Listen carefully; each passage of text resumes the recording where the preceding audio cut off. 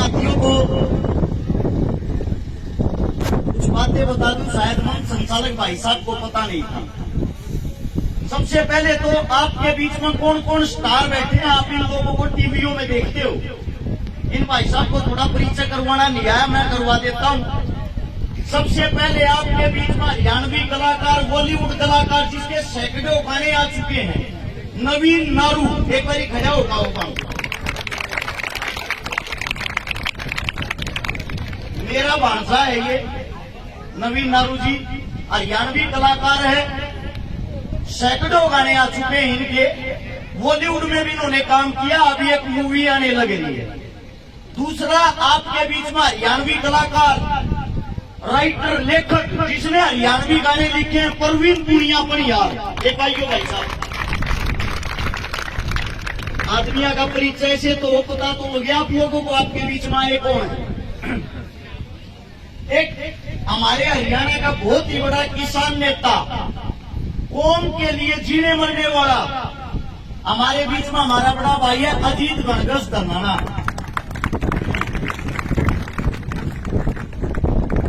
और आपके बीच में हरियाणा का कबड्डी का स्टार, बहुत ही अच्छा पहलवान, मिंटी पहलवान। एक बार पहलवान जाओ, ये हाल फिलहाल कबड्डी का स्टार है, इस उम्र में हाल फिलहाल भी खेलने लग रहा है। और मेरा छोटा भाई हरियाणा का स्टार, आपकी राजस्थान की टीम का कबड्डी का कैप्टन जतीन धनोरी। यो हाथ में बोल दिए एक बार अपना स्थान ग्रहण करो। कम से कम पता होना चाहिए हमारे बीच में कौन है। अब मैं सभी साथियों से 5 मिनट वार्तालाप करूंगा, बात करूंगा। मेरी एक गुजारिश है, कोई भी साथी ना तो ताली बजाऊंगा और ना ही आपस में बात करेगा, सिर्फ मेरी बात सुनोगे। 5 मिनट के बाद मैं आप लोगों की बात सुनूंगा जो आप कहोगे। ये प्रोग्राम जो कराया जा रहा है शहीद भगत सिंह युवा क्लब। अब सबसे बड़ी चीज आती है शहीद भगत सिंह। भगत सिंह को मैं कितना मानता हूं आप लोगों को दिखा दूं। मेरी छाती को जो छप रहा है वो भगत सिंह है। मेरी छाती को जो छप रहा है वो भगत सिंह है। मेरे लिए, मेरी मां से, मेरे बाप से बढ़कर भगत सिंह है, जिसको मैंने पढ़ा है और जिसको पढ़ के मैंने बहुत कुछ सीखा है। आप लोगों ने इस भगत सिंह से क्या सीखा है, ये सवाल मेरा सबसे रहेगा, लेकिन ये बाद में पूछूंगा। पहले आप लोगों को बताता हूं शहीद आजम भगत सिंह कौन था। सिर्फ और सिर्फ आप लोगों को उसके जीवन के आखिरी 12 घंटे बताऊंगा। जो उसके जीवन के आखिरी 12 घंटे थे वो उस इंसान ने कैसे बिताए थे। 23 मार्च का दिन था, 1931 में हम गुलाम थे और उस दिन रात को जोरदार आंधी आई थी। जब जोरदार आंधी आई, सवेरा निकला। सवेरा निकलने के बाद ठंडा मौसम था, जो मौसम हाल फिलहाल का है। जैसे आप लोग बैठे हुए हो सब, लाहौर जेल के बाहर ऐसे ही लाखों आदमी इकट्ठे हो रखे थे उस भगत सिंह के लिए, राजगुरु के लिए, सुखदेव के लिए। वे तीनों शेर जेल के अंदर, ये लगा लो जहां मैं खड़ा हुआ हूं ये लाहौर की जेल है, और जहां आप लोग बैठे हुए हो आप सब जेल के बाहर हो। अब वो दिन बताता हूं आप लोगों की, रोम रोम तर्राएगा अगर आप बातें सुनोगे। उस दिन जेल का वार्डन शरद सिंह आता है शाम के 4 बजे, वो सबके गेट बंद करते हुए, सबके दरवाजे बंद करते हुए कहता है जल्दी से सब अंदर हो जाओ, ऊपर से आदेश है। उसी जेल की 14 नंबर कोठरी में शहीद आजम भगत सिंह, जिसकी जो जेल थी, जो कोठरी थी 6 बाई 8 की, 6 फुट चौड़ी, 8 फुट लंबी, उसके नीचे कच्ची हरी हरी घास उगरी। उसके अंदर शहीद आजम भगत सिंह, जिसका कद 5 फुट 11 इंच, जिसकी कमर का साइज 27, जिसकी छाती का साइज 32, जिसके पैर में जूता आता था 7 से 8 नंबर का। आप लोग सोचते हो भगत सिंह कोई भीम था, ताकतवर था, ऐसा नहीं है। अंदाजा लगा लो वो कैसा होगा। जिस वक्त उसकी फांसी का टाइम था उस वक्त उसका वजन था 62 किलो, और जिस वक्त वो जेल के अंदर गया उस वक्त उसका वजन था 57 किलो। अब गौर करने की बात सुनना, भगत सिंह कौन था, भगत सिंह की क्या विचारधारा थी। जब शरद सिंह उस गेटों को बंद करते हुए आता है, उसके बाद आता है बरकत नाई, जो जेल का नाई था, जोर जोर से आवाजें निकालते हुए, रोते हुए, ओए मेरे भगते को मार देंगे आज, ये गोरे लोग मेरे भगते को मार देंगे आज। सबको पता लग गया कोई न कोई अनहोनी होने वाली है। इतनी देर में सरदार जी का वकील आ जाता है, प्राणनाथ मेहता। वो भगत सिंह को कहता है, सरदार जी आपको फांसी होनी थी कल सुबह 6 बजे, लेकिन ये लोग आपको आज ही फांसी देना चाह रहे हैं, ये इतने भयभीत हो गए हैं, इतने डर गए हैं। भगत सिंह बोला, मेरे को फांसी की चिंता नहीं है, मैंने एक किताब मंगाई थी, वो किताब लेके आए। प्राणनाथ मेहता ने वो किताब निकाल के दे दी, जिसका अंतिम समय चंद घंटों के बाद उसके सामने खड़ा है। वो इंसान आराम से शेर की तरह किताबें पढ़ रहा है, वो इंसान आराम से किताबें पढ़ रहा है। प्राणनाथ मेहता, उसका वकील, बोला, देश के लिए कुछ कहना चाहते हो आखिरी शब्द। भगत सिंह जी ने कहा, साम्राज्यवाद मुर्दाबाद, इंकलाब जिंदाबाद, इससे अलग मैं कुछ नहीं कहना चाहता। ये बात होने के बाद प्राणनाथ मेहता ने देखा एक छोटा सा बच्चा, आज भी इसके अंदर इतना जोश, इतना लीडर, और जेल के बाहर इतने आदमी खड़े थे। अगर एक आदमी जेल की एक ईंट उठाता ना, उस जेल को तोड़ के रख देते। लेकिन हम गुलाम थे, हमारे पैरों में जंजीरें थी। उस जेल के बाहर ही खड़ा हुआ एक इंसान विलाप कर रहा था, जिसका नाम था बोघा, जो वाल्मीकि जाति से था। बोघा, वाल्मीकि। आप लोग आजकल जातिवादों में अपनी ऐसी तैसी कराते हो, आपस में लड़ते हो, आपस में भेदभाव करते हो। भगत सिंह का आखिरी सपना था उस बोघे को, मैं बता देता हूँ बोघा कौन था। वो जेल की सफाई कराया करता, जेल का भगत सिंह का मलमूत्र उठाया करता, और भगत सिंह प्यार से उस बोघे को बेबे कहा करता। पंजाबी भाषा में बेबे माँ को कहते हैं, उसको माँ कहा करता। जेल के और आदमी बोले, अरे वाल्मीकि जाति के इंसान को तू बेबे कर रहा है, माँ बना रहा है अपनी, किस लिए? भगत सिंह बोला, मूर्खो, जब मैं पैदा हुआ मैं छोटा था, मेरा मलमूत्र या तो मेरी माँ ने उठाया था, और आज या मेरी ये माँ उठा ली है, मेरे लिए ये मेरी माँ ही है। भगत सिंह ने बोगे से कहा, बोगे तेरे हाथ की रोटी और खाना चाहूं बेबे, अपने हाथ की रोटी खिला दे मेरे को। वो बोला, सरदार जी आप उच्च जाति के हो, मैं एक छोटा सा इंसान, आपको रोटी खिला दूंगा, लोग मेरे को मार देंगे। भगत सिंह बोला, मैं हूं ना, खाने वाला मैं हूं, तू क्यों चिंता कर रहा है? बोगा अपने घर से रोटी बना के लाता अपने हाथों से, और बोगा टूक तोड़ के एक निवाला भगत सिंह के जैसे ही मुंह में देता है। बोगे की आंखों से आंसू निकल आए। बोला, रे भगते, तू किस मिट्टी का बना हुआ है, तू किस मिट्टी का बना हुआ है?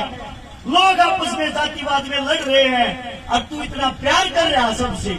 वही बोगा जेल के बाहर खड़ा था। भगत सिंह की आखिरी ख्वाहिश थी एक बारी उसके हाथ की रोटियां खाऊं।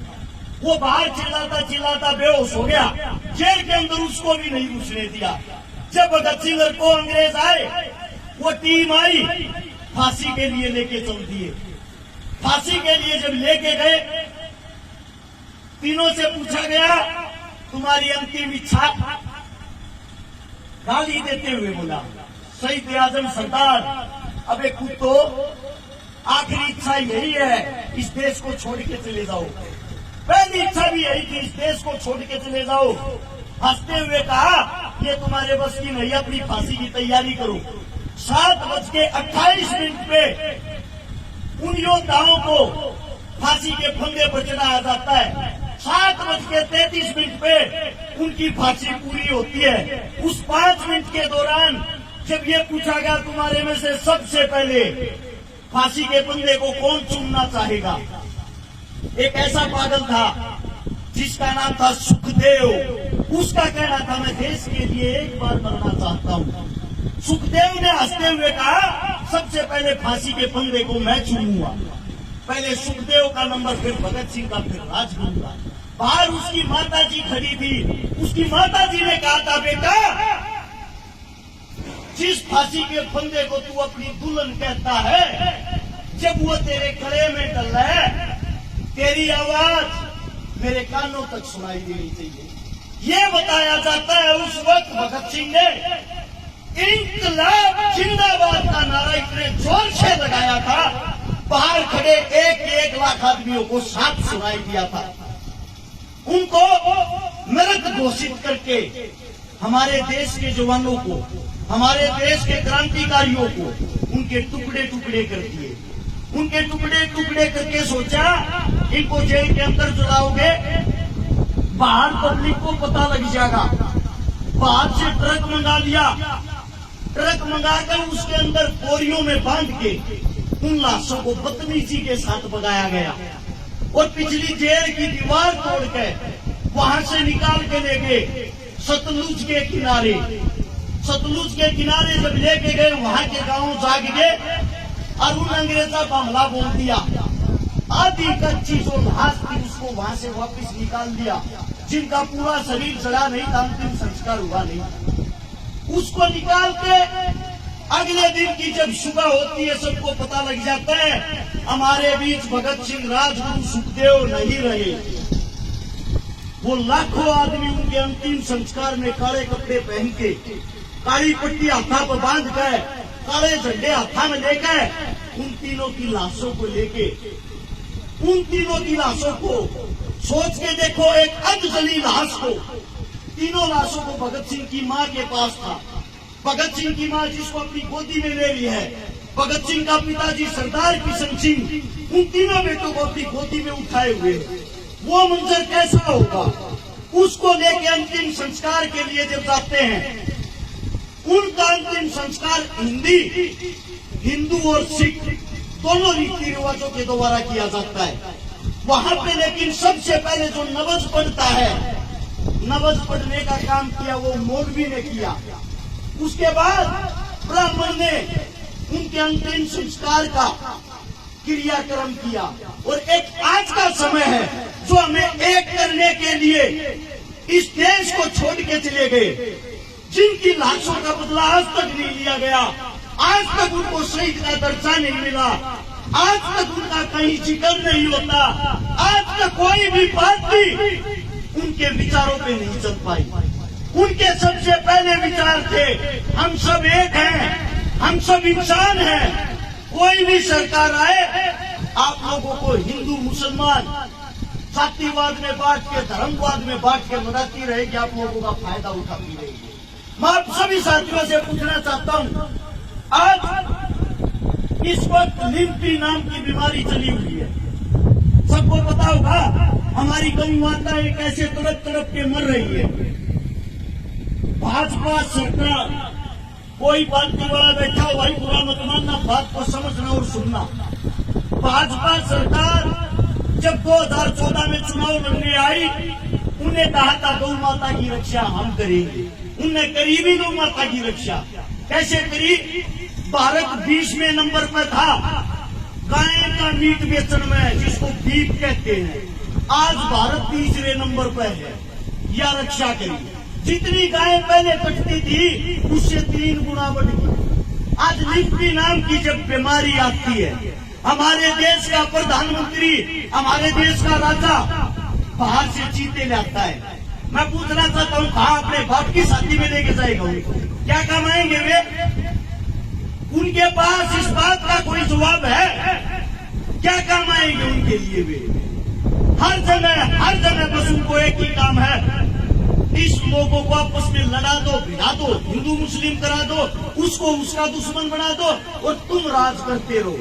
जो काम अंग्रेज करते थे आप लोगों को लड़ा के, वही काम आज हो रहा है, वही काम आज हो रहा है। हम आज कौन सा आजाद हैं?